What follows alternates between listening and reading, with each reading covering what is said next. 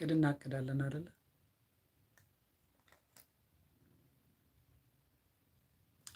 አንዴ ምን ሆነ መሰላችሁ? ቅድም አወራዋለሁ ብዬ ብዙ ሰው እያለ ግን ኮሜንት ስለነበር እሱ ማንበብ ነበረብኝ።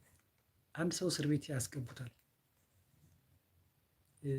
እስር ቤት ሲገባ ምንም የበደለው ነገር አልነበረም፣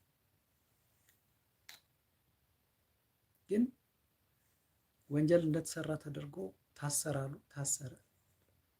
ከዛ ለአንድ ወር እስር ቤት ታሰረ። ምግብ ይሰጡታል፣ ይበላል፣ ይጠጣል፣ ይበላል፣ ይጠጣል። አንድ ቀን የተፈረደበት ግን የረጅም ዓመት ነው። ረጅም ዓመት ነው። ከዛ ምን ሆነ?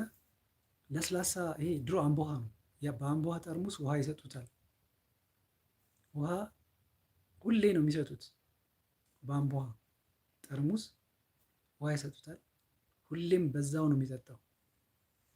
ከዛ በመጨረሻው ላይ ወር ከሞላ በነጋታው ደግሞ አሁንም ይሰጡትና ጠጣ። ከዛ አንደኛው መጥቶ ቅድም የጠጣኸው የአምቦ ውሃ እኮ መርዝ አለው ይሉታል።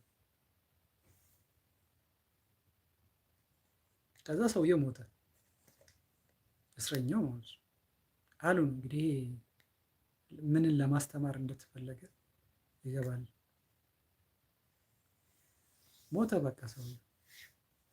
ለምንድን ነው? መርዝ ከጠጣው እሞታለሁ ብሎ በቃ እኖራለሁ ብሎ አላሰበም። በቃ እነዛ ሞተ። ግን ጠርሙስ ውስጥ ግን መርዝ አልነበረም። መርዙ ሳይሆን የገደለው ተስፋ መቁረጡ ነው።